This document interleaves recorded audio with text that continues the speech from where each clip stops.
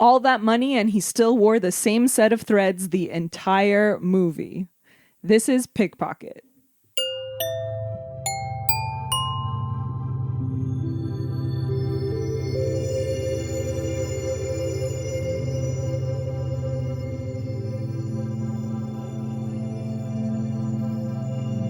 Hey, everybody. Hey. Welcome to Seen and Heard.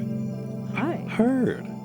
I don't know why my pitch went up there. This is the podcast where two entertainment assistants go through the Sight and Sound Top 100 Greatest Films of All Time list. I'm Greg. I'm Jackie. And we're back on the Sight and Sound list this week for a certain filmmaker and a certain film. Isn't that every episode? No, I don't know what you're talking about. This is Robert Bresson's Pickpocket from 1959. Mm-hmm. Hi, Jackie. Hi. How are you? Good. Welcome to 2024. Thank It's you. It's the second week of 2024 now. How are you feeling? Refreshed. Do you feel different? I don't. No, I never do. Yeah. I just feel more depressed. Do you? 'Cause the holidays are over. Yeah. Do you make New Year's resolutions? Yes. And then I never stick to them. I know you made a resolution last year. I did? Yeah, you did. What did I don't remember. You said you were going to make a movie. Oh, shit. You know what? In all fairness, I was going to, and then I realized that I wanted to do a different movie. You're smart. Well, Jackie, before we get into Bresson, Bresson, what have you been watching recently? I watched, I guess I watched two new things. I've been like rewatching a little bit. So I watched this film called Sybil. Have you seen it? I've heard of it. Right. So it's Justine Trier's feature before Anatomy of a Fall. Right. So of course last year she had Anatomy of a Fall, which won the Palme d'Or. This film, Sybil, was nominated for the Palme d'Or. And it also stars Sandra Hüller from Anatomy of a Fall, who is also in Zone of Interest, which I didn't know until I watched it. Anyway, but Sybil is it's fun. I had a really good time with it. It has a really cool like movie within a movie plot. And it's very meta. And great cast. Fantastic cast. I rewatched 20th Century Women, which is so good. Mike Mills, right? Yeah, it's so good. You know what? I did not see it. I have not seen it. You should watch it. It's so sweet, but not too sweet. And just a good time. Mike Mills, he's so interesting. Like, he has such a specific language.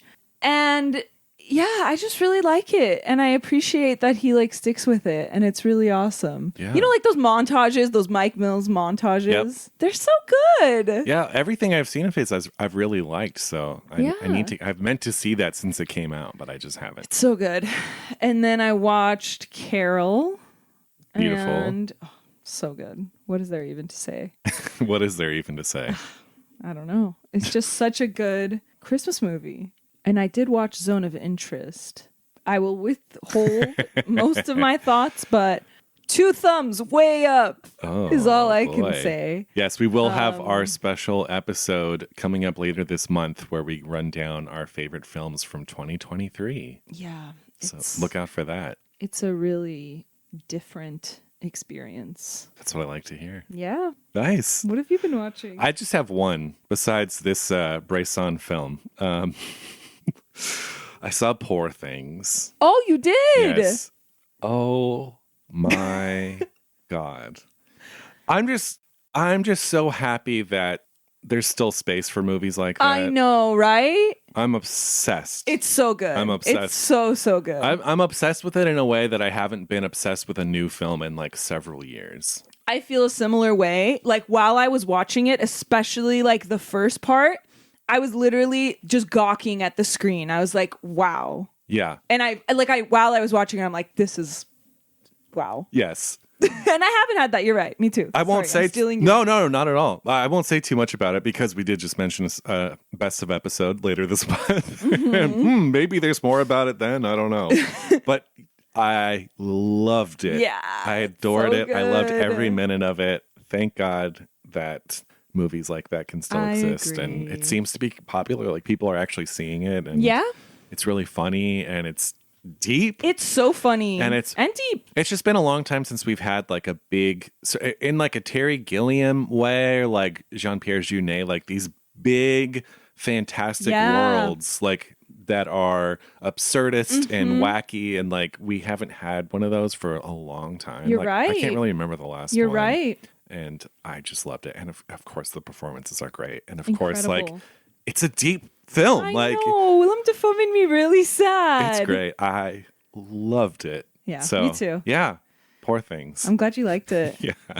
Yeah, Emma Stone's incredible. She is so good in a so way good. that like I've always liked her, but there's like, no offense, there's like La La Land Emma Stone where she's kind of stepping it up, but at the movie's kind of whatever. And then there's like Poor Things Emma Stone where it's like she is fully, it is the next level for her. She's fully in this like brave actor level of like she's not afraid to get out there and do the craziest shit. Yeah. So yeah, I loved her in the movie. I loved everyone in the movie. Me too. It's so good. I think it's basically a perfect film. It's great. I really, really loved it. But you guys aren't here to hear about Poor Things.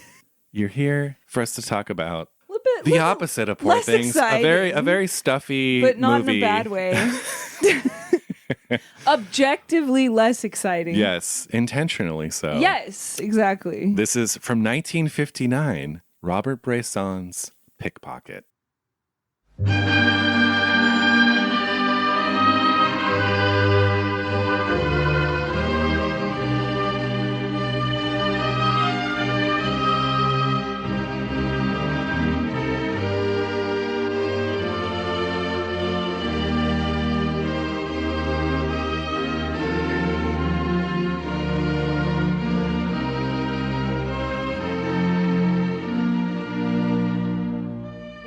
Pickpocket was released in 1959.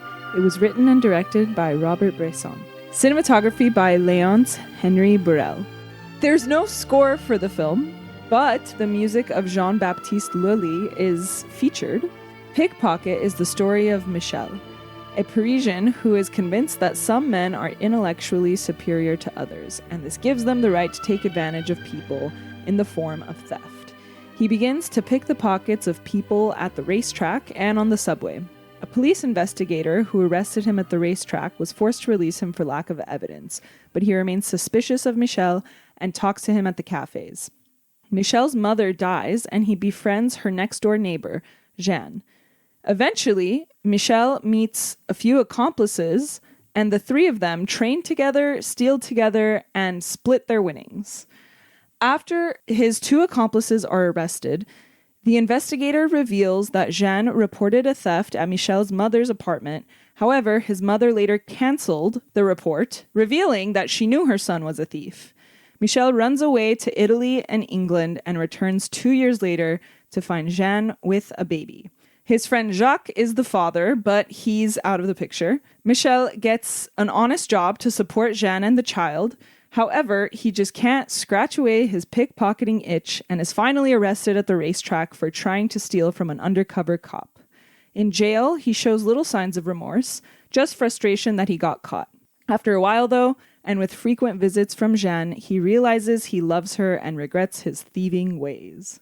The film stars Martin Lassalle as Michel, Marika Green as Jeanne, and Jean Pellegrini as the chief inspector. Fun fact, Marika Green is actually Eva Green's aunt. Oh, That's cool.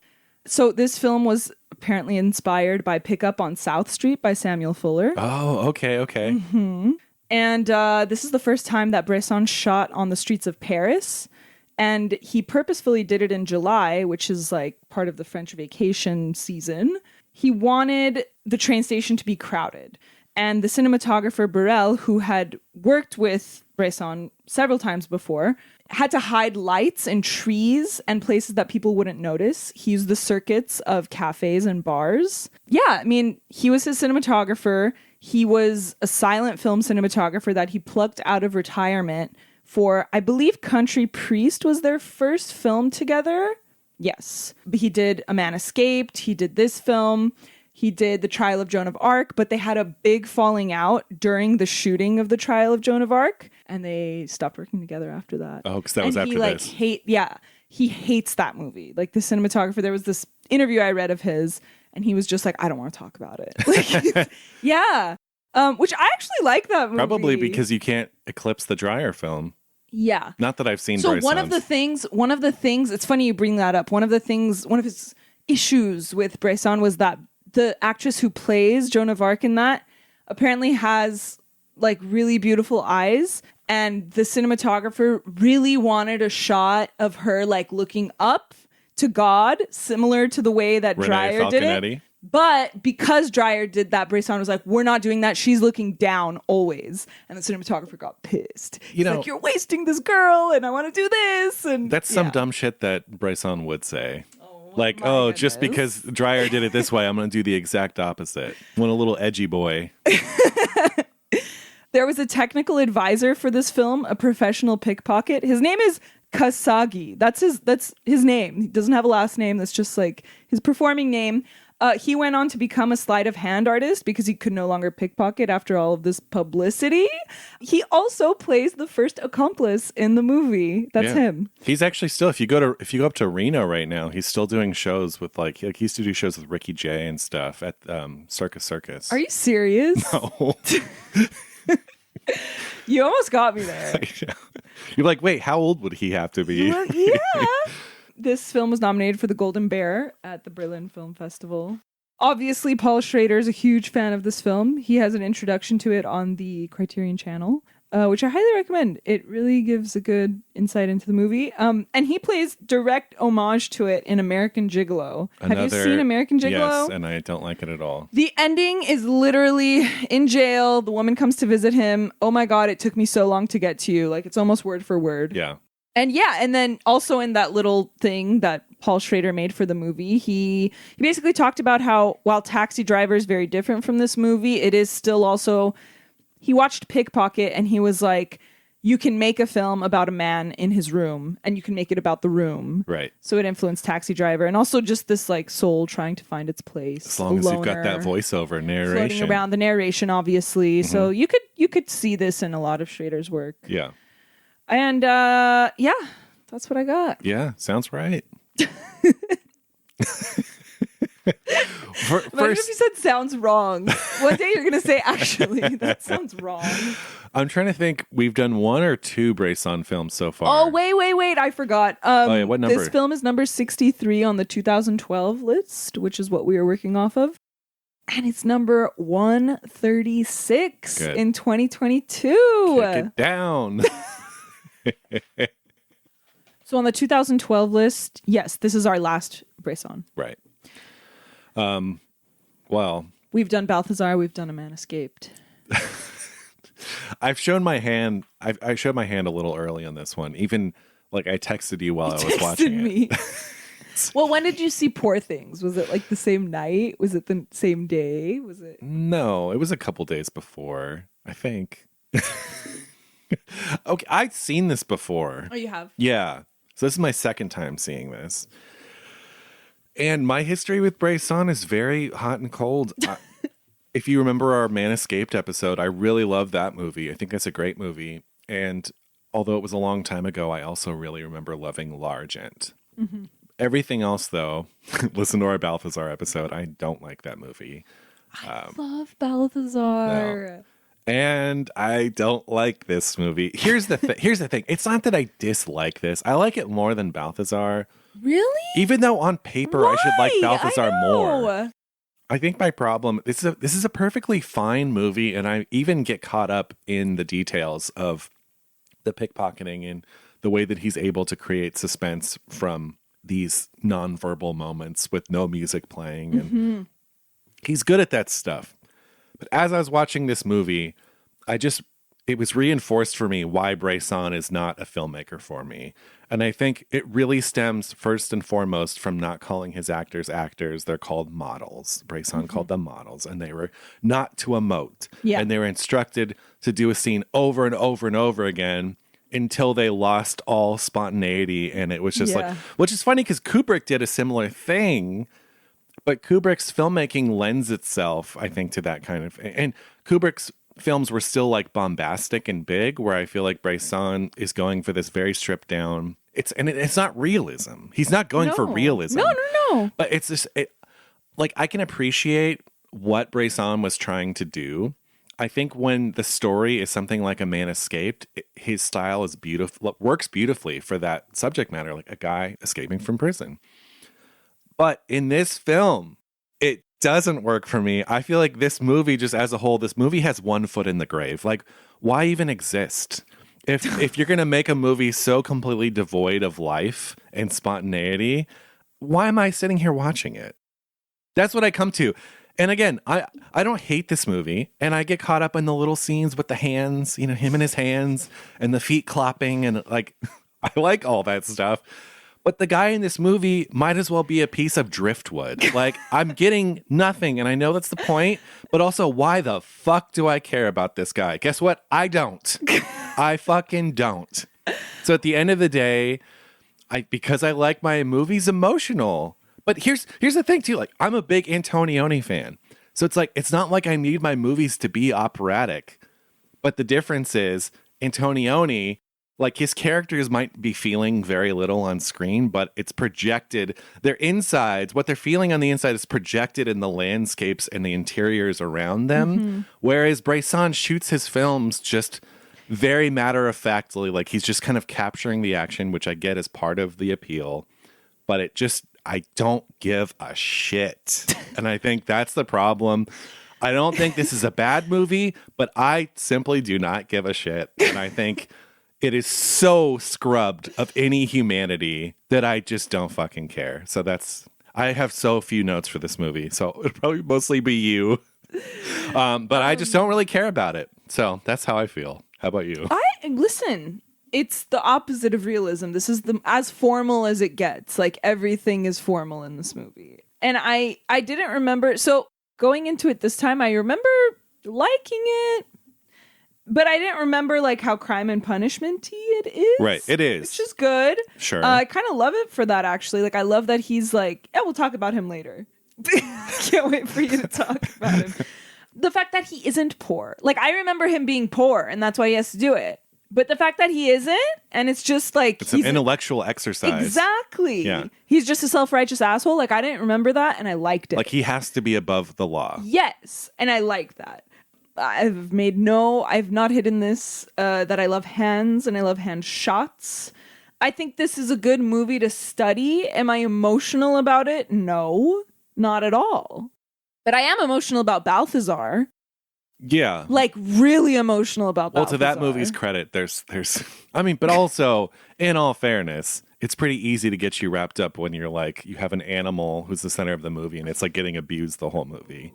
So it's not necessarily filmmaking prowess that makes people emotional for that movie. It is, but okay. I don't know. Like I said, yes, it's a good movie to study. I'm not very emotional about it. What really struck me though this time were these static door shots, which I never noticed before. They're almost like Ozu-esque, and I really liked that. He wishes. Well, if you read Paul Schrader's book, I know about Schrader, transcendental. I know he loves Ozu. He groups and Bresson. them. It's about Bresson, Ozu, and Dreyer are the three. Well, Dreyer and Ozu are the real deal. Yeah, I mean, I like how clean and efficient it is. I'm very impressed by the whole train station sequence. I think that's really, really cool.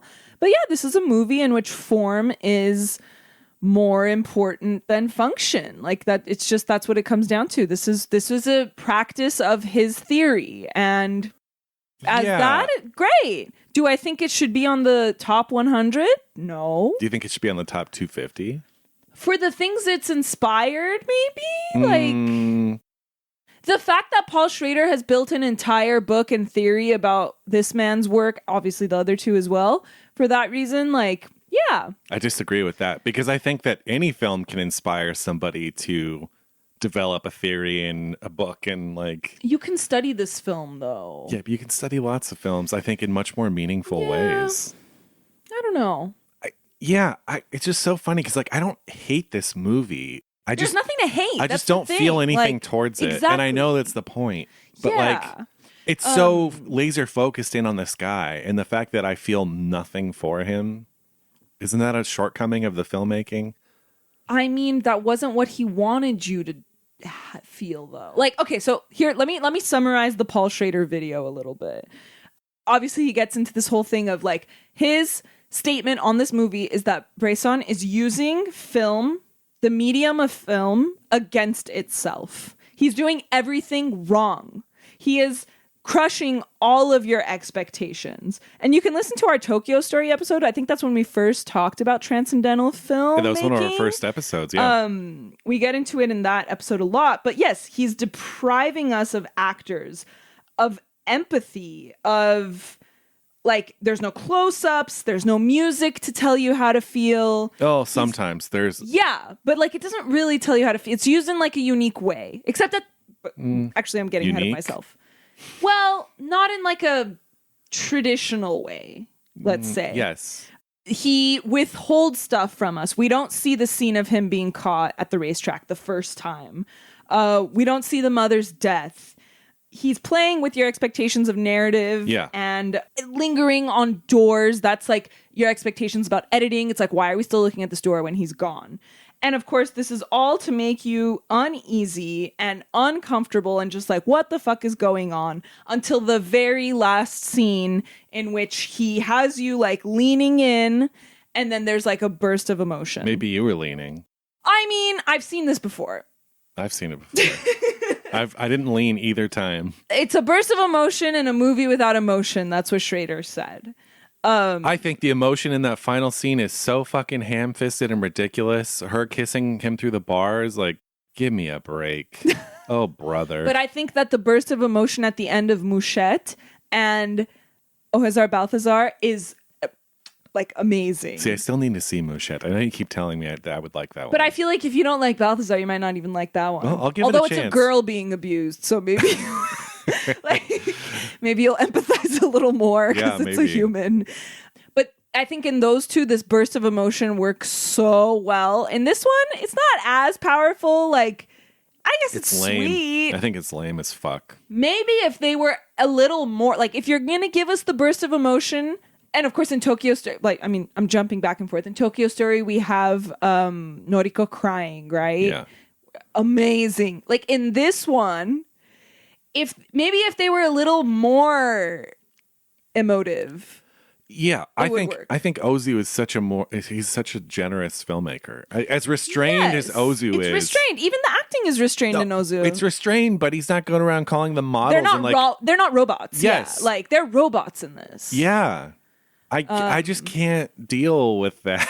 Unless it's like for a good reason, and I don't think his reason's good enough. He's just trying to subvert it. He's just trying to do everything the opposite way. This is like that episode of Seinfeld where George just decides to do everything, make every decision that he George wouldn't make. Yeah, it's like, okay, but what for? What?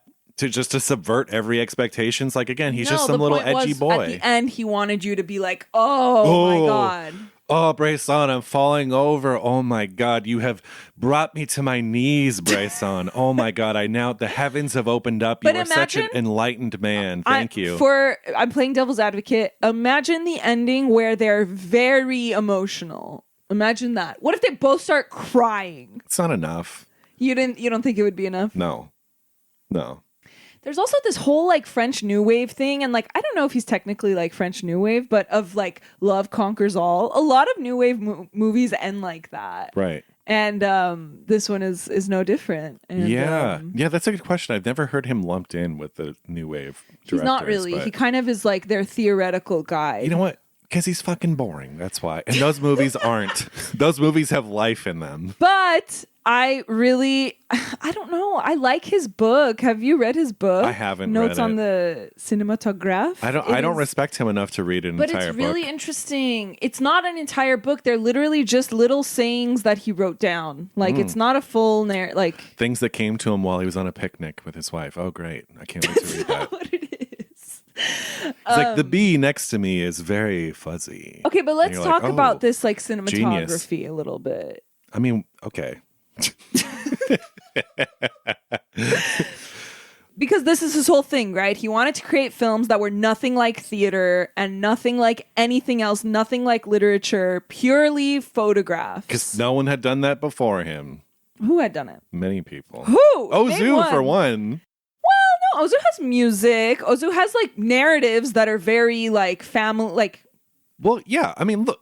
Bresson's narratives are nothing revelatory. They're a guy fucking revelatory, but they're and not as like invested as like Ozu would. We see the important stuff. Like you know, it's No, not not just always. like, Remember the big thing in Tokyo Story is you don't see the you don't big see wedding? the wedding. Yeah. You don't see the wedding in any of those. Yeah. So like they're similar, but like, okay. But I'm Ozu's not- great. Yes, I That's love the difference. Ozu. But yeah, like images. Yeah.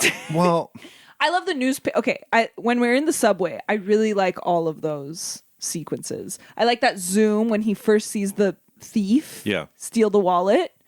I think that's really great. I have no problem with the look of the film. I think there is a certain beauty in the almost workman quality of it because it is very like not showy and kind of matter of factly. And I know that takes a lot of work to get it that way. And everything's always very crystal clear. Mm-hmm. Everything's centered. Like your eye is never wandering in the frame. Like you know exactly what you're supposed to be looking at. Exactly. In that I can see. But also like you're talking about that subway scene. Come on. He like gets right up on this guy. When he does it. Yes. When he does it, there's no way that man wouldn't have felt that. Yes, I know. There is no way. And he looks him in the eyes. Hand right here on your chest. Yeah, like, your sternum. Yes. And the guy looks him right in the eyes, too. And they hold this awkward gaze. Like, the guy's like, I know what you're doing. And he still gets away with it. Oh, maybe he wanted to kiss him. I don't know. You know what? That's where this should have gone. Yeah. The handcuff shot, for example, the very iconic scene where he's like caught. Yeah, it's fine. But let's talk. You said you mentioned how you like how it builds tension in certain moments. Yeah, like, tell me about that.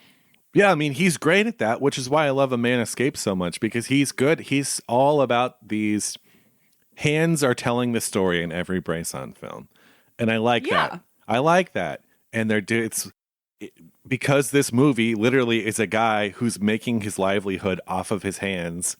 It's a very important part of the movie. It's almost like Bresson built it off of that of like, what do I love? Hands. It's like, yeah, exactly. Hands are to him what feet are to Tarantino. Oh my God. Yeah. But it's like, okay, so you got that. And the movie's all about these. That's it. That's the movie. Yeah. But the guy needs to emote a little bit for me to fucking care.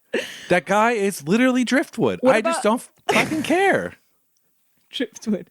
What about when it's very early on in the movie when he unbuckles the purse at the racetrack and then it immediately cuts to him like exhaling. I think that's the most emotion he shows until the very, very end. You're right. Right. I liked that moment. I love that moment. And then you know what else is great? Speaking of, this tension and like telling us exactly what to look at. The cinematography, which is just the movie, really, is when he's in the subway and we're seeing feet. And then one set of shoes turns around and it's the guy who's like, give me my wallet. Yeah. That part's great. Yeah.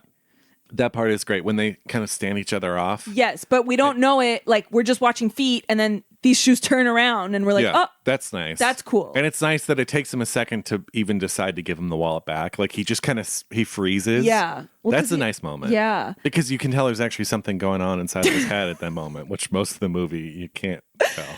Similar to that a little bit is like the moments where he sees something, but we can't see what it is. Right. But we're seeing him look at it, like when he's following the guy who's the consultant, who's his accomplice, when he's walking down the street and we know he's looking at something, but we don't know what he's looking at. And then he says, "Who are you?" Right. Like, I like that. He does it again with the baby when he walks in and he's like looking at something and we're like, what is he looking at? And then it's a baby. Like, I like that tension, that kind of use of like images. Yeah. And then, like not seeing the act. So like kind of what Schrader was saying is like, you know, like when he sees that guy's watch and then later like he's all disheveled and he's like, I fell, but we didn't see him fall. We just see his like disheveled state and like he takes the watch out of his pocket. Uh-huh. Like, I like that. Oh, and then a really good moment of tension, which I actually really, really like, is when his friend is in the room and he has his friend's coat and the wallet is sticking out of the pocket and the friend is talking about, he's reading that book about stealing from your friends and you don't know, like, is he going to steal? But then immediately the next shot we see of him, the jacket is folded. So we don't even know if he stole his friend's wallet. Right. That's really good. And again, like, this is literally just a story being told with pictures. I mean, isn't every film that doesn't use a lot of dialogue? I just don't think that Bresson was as revolutionary as he seemed to think he was. Especially, this is 1959. Cinema is like 60 years old at this point. Yeah. Like, he's not doing anything that revolutionary besides not emoting. And that is revolutionary. Yeah, but it's a dumb revolution. I like how the guy is like the anti-Jean Valjean. Right? Because he doesn't need to steal. Why? And why does he live in that hovel? He reminds me of he doesn't need to. Farley Granger and whoever the other actor is in Rope.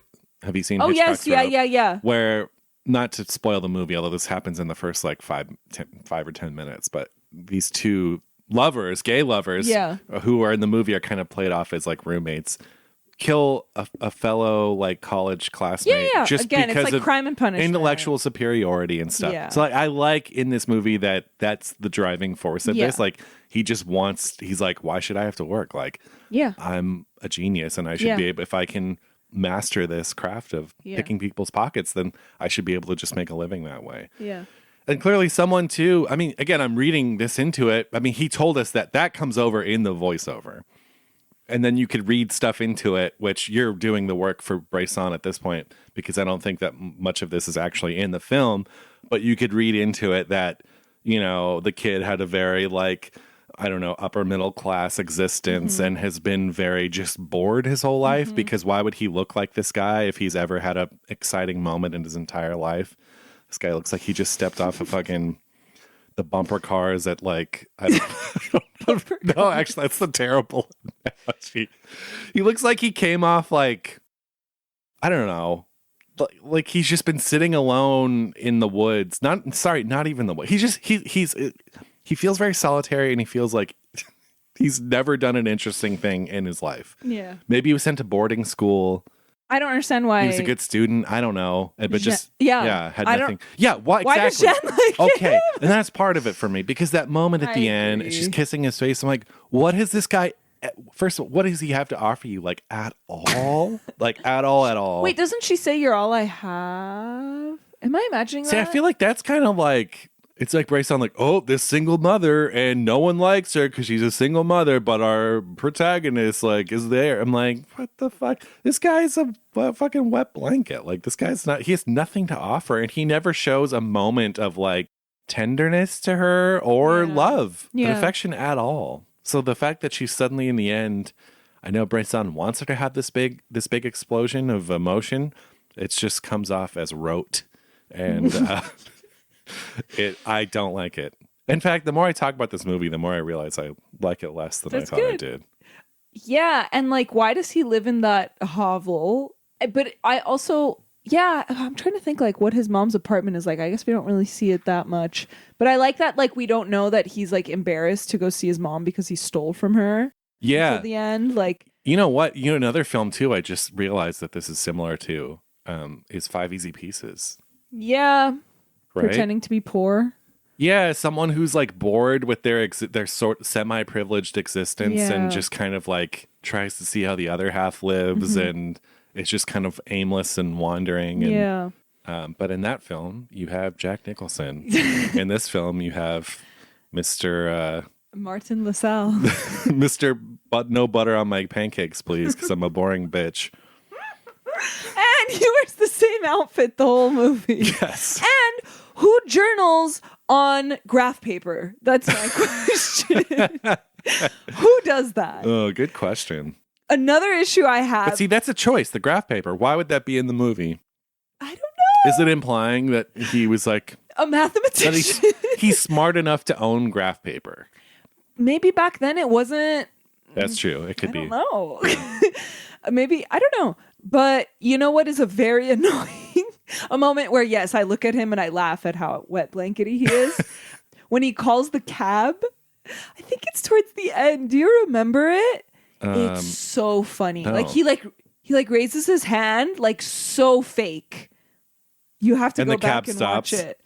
Well, the next shot is him like entering a cab. So right. yeah. And you're like, in reality, that was like, way too meek of a hail. It's so bad. It's really, really funny. Mercifully, this movie is only 75 minutes long. Yeah, if it was more, I feel like it wouldn't be as acclaimed. Well, it's clearly dropping on the list. It is, huh? Yeah. That's crazy. I don't think. Almost 100 spots. about I don't know. 70-ish. I don't want to beat up on this too much, but I just feel like there's no place in this time. In 2024, there's no room for a Pickpocket. I just think there's better movies, and there's movies that came before it that did something very, very similar, way better, like a lot of Ozu films or Dreyer. Huge Dreyer fan. Yeah. And I just don't fucking care. Yeah. I'm sorry. Why are you apologizing? I don't know, because I'm trying not to just like turn this into like a bash session. Because again, I do like 2 Bresson films. I don't know. I could not disagree with his philosophy more. Like, That's fair. Like, why... To be able to make films for a living is such a privilege. Yeah. You have to really luck into it and be talented. Like all these things, it's this perfect storm of things that has to happen for you to make films for a living. And you finally get that chance and you're making this. But this guy just like walks around, has no... I think this film's almost an experiment. Like I see this film as almost an experiment. Yeah, but then he kept doing it his whole career. He did. But Balthazar has real emotion in it. It does. I mean but that one's easy because it's an animal. I wonder how like the 70s movies are. I really want to see. I want to see The Devil probably. Well, isn't Lara Gent from the 70s or the 80s? That's from the 80s. That's his last movie. Oh, okay. Also, another thing featured on the Criterion Channel is an essay by Kogonada, which is about Bresson and his doors, which I never realized until I watched that video essay. He loves doors, like a lot.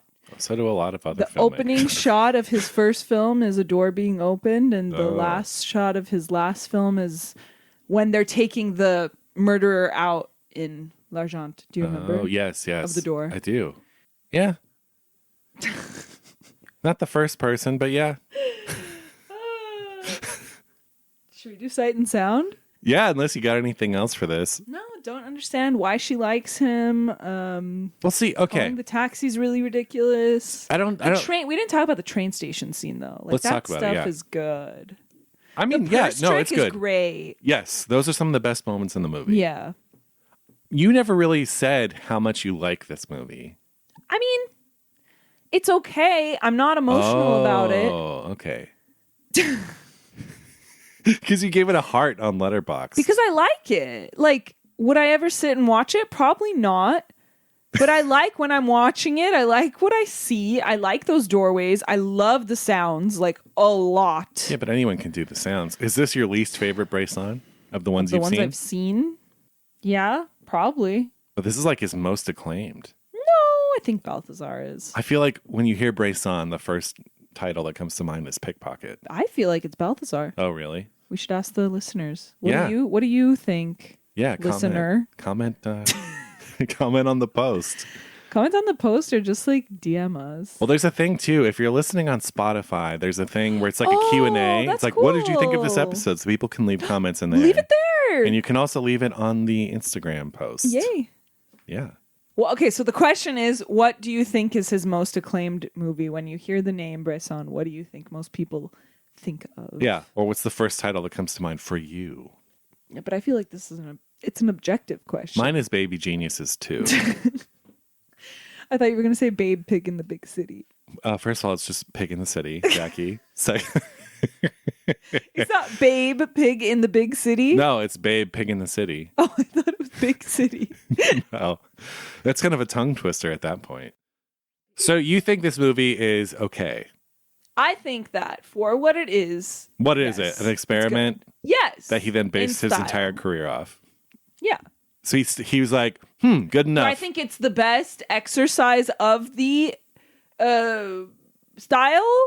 No, because the other movies make me emotional. Right. This one makes me not emotional at all. Yeah. So that's how I feel. This is why I don't like Letterboxd. This is why I hate it, actually. Yeah, I don't see a reason for this movie still existing. What do you want to happen? Just kidding. What do you want it to be like? I'm only kidding. Removed from the archive? How dare you? I don't even hate it. It's just I don't have the time of day for this movie. Okay, I then really you don't have the time of day for this movie. I really don't. That's okay. Life is too short to spend on Pickpocket. Sure. You know who you remind me of right now? Who? Eli Wallach in The Holiday. Maybe it's because I just watched it last night. Wait, I forget who he is in The Holiday. He's the best. He's a really old retired screenwriter who's just like really sassy and has all these ideas about movies. And that's he like inspires Kate Winslet to be the leading lady of her own life. He's the best. Right, because in that movie, isn't Cameron Diaz like a trailer editor? Yes. Yeah. Everyone works in the industry. It's a great movie. I actually really like The Holiday. I know a lot of people give it smack, and this is so off topic. But watching it yesterday, I was really like, I enjoy this movie every time I watch it. Nice. Yeah. I think I saw it once, but I remember enjoying it enough. Yeah, I think you should rewatch because you're giving me Eli Wallach vibes. Hey, I'll take it. He's so good. I will take it. Sight and sound. Do you want to go first? Yeah. So I think my favorite sight is when... Oh, first of all, another good sight that I forgot to mention is when they're sitting... It's a very famous... I feel like it's the first sight people think of when they think of the movie, is when they're sitting at the cafe and there's a ride, like an amusement park ride, in the reflection of the window. So we don't even see the ride that they're looking at, but we see the reflection. That's a really good shot. My shot happens a little bit after. It's when he spots that guy's watch and the frame is just the watch like rising. It's so good. It's like the Very watch slowly. is a character. And yeah, it's so good. Nice. Good one. What's yours? Mine is, again, this is just me trying to glean meaning from the movie. Just kidding. So he's leaving his apartment to see Jacques and Jean, and he fingers the latch on his door like really smoothly, as if he's always on and practicing and stuff. Like there's no reason for him to do it that smoothly. I know that, yeah. So it's like, okay, that's a nice touch. Yeah. How'd you feel about the pinball machine exercises? Perfectly fine. My problem with it is when it cuts to the pinball machine, you don't actually get to see the part where you would use the flippers because the ball is caught up in the top part the whole shot. Because I was waiting, and you never get to see the for reflexes. Yeah, I guess, yeah. But you're not doing anything until the ball comes down to the flippers because that's the only thing you control. Yeah. So the fact that like maybe that There's again another intentional, one, though, where his hand moves down the machine and lands on the button. Sure, sure. Sound. I didn't write one for this. Are you serious? Yeah, because I just didn't even. I'll come up with one on the fly. What? I mean, I don't know. There's nothing that stuck out. What? Shoes. I mean, yeah, it's the whole movie. I love Here, it. let's do a joint one. I'll just piggyback on whichever one you say, and But it was I'll so sign hard off to on choose that. a good shoe one because there are so many shoe sounds. Yeah. And they're beautiful and crisp, and I love them. I'm going to go with when he's exiting the subway because you get a whole array of shoes. You get men's shoes. You get ladies' shoes. You also get the sound of the train door closing and people just scurrying out. It's so good. I'll sign off on that. Let's play it. Okay.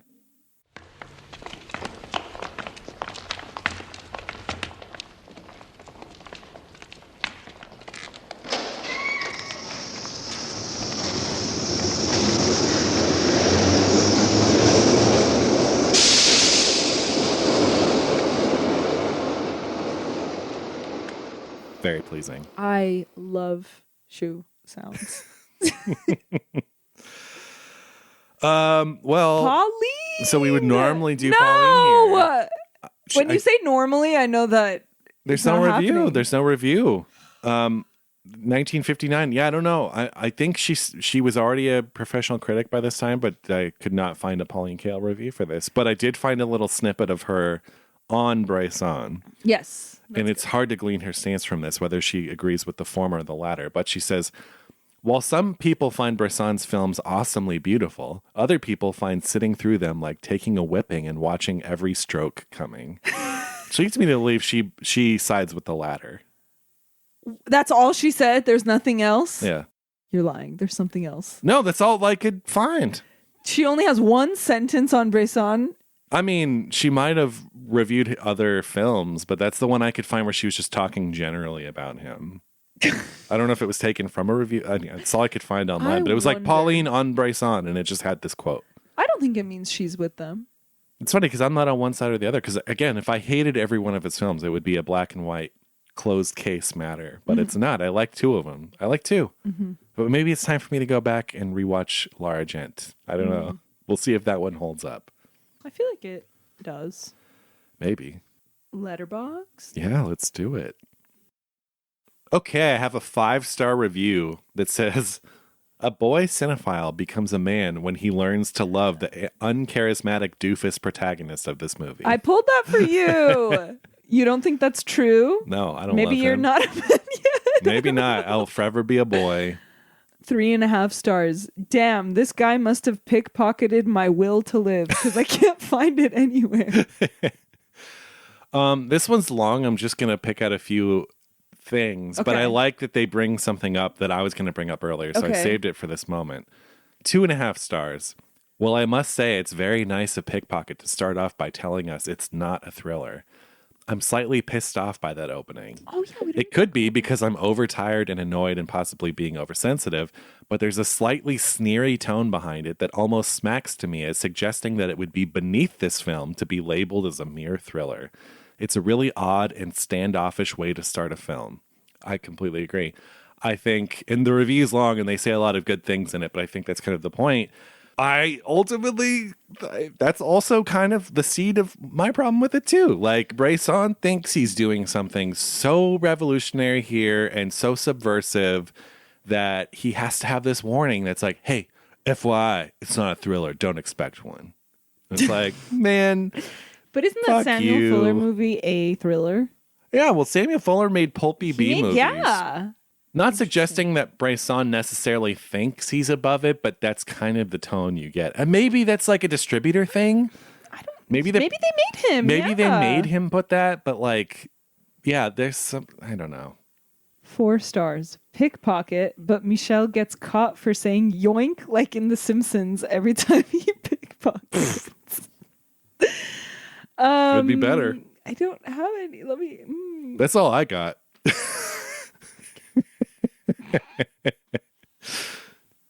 Let's call it there. No more breaths wasted on Pickpocket. My God. Wow. I just cannot imagine making this film. And that's why it was Bresson and not me. I think you need to put on an academic hat sometimes. I mean, look, I can appreciate the influence that this movie had, even while acknowledging that a lot of things that he thinks he's doing kind of for the first time were already in place. When did he ever say he was doing it for the first time? Well, because like you were saying earlier, that this movie influenced generations of filmmakers, and you can point to specific films that call back to Pickpocket. So, like, but he never said he was doing it for the first time. He just said, "This is my." You know what? That title card at the beginning kind of suggests that, like, guys, get ready. This isn't your mama's thriller. Like, name another thriller like that though from before that time. Plenty. I don't know. M. That's a thriller. That's you know a thriller. What? Honestly, this is a fucking thriller. No, it's not. Because some of those scenes genuinely ratchet up some tension. Yeah. Anyway, this has been Pickpocket. You know what else? I think it's also because of the fact that at the end, when they are having their emotional moment, it's because he's still monotone. Yes. Also, that's voiceover, right? He's not actually saying it to her. I don't remember. He's like, "Oh, Jean." Oh, Jean, I love you so much. Like, maybe if you showed a little in that moment, I think that's the key for me. I think if there was a little more in that moment, I would have liked this a lot more. Like, imagine a sex scene between the two of them. He's just like, Great. Jean, oh, Jean, during the whole thing. And they're just stone-faced. Imagine instead of like kissing his hand, this is horrible. Actually, no, I'm not even going to say it. I think I know where you're going with that. Like something like that really shocked me or jolted me. But if they like passionately kissed, maybe, like, I don't know. Well, Bresson is not about those moments, even though he wants these big emotional moments at the end. They're that not are like unearned. That. They're like Balthazar dying, which is like, oh. Yeah, which. So good. Well, I guess spoiler for that film, but. Also, if you know there's like a European art house movie from the 50s about a donkey, you know the donkey's going to die at the end. I love Balthazar. I'm glad that you do. I'm glad that you do. Yeah, well. We're done with Bresson. Yeah, we're done with Bresson for now, unless he comes back up when we start doing the 250 or the 2022 Or unless he list. starts haunting you, which is always Oh, shit. an option. Yeah, his ears are ringing right now from beyond the grave. And he's like, who's this Greg talking all this shit? Be careful. That's all I can say. Next week, what are we doing? We're taking a trip back to the silent era, and we're doing the undisputed masterpiece, Fritz Lang's Metropolis. So good. Baby. So come back next week for that. It's going to be loads of fun. You've seen it, right? We both seen it. It's a staple. If you haven't seen it, what are you waiting for? Dear God, watch the movie and come back next week. Yep. Because it is one of the all-timers. Yes, it is. Until next week, I'm Greg. I'm Jackie. And we'll see you next time. Bye.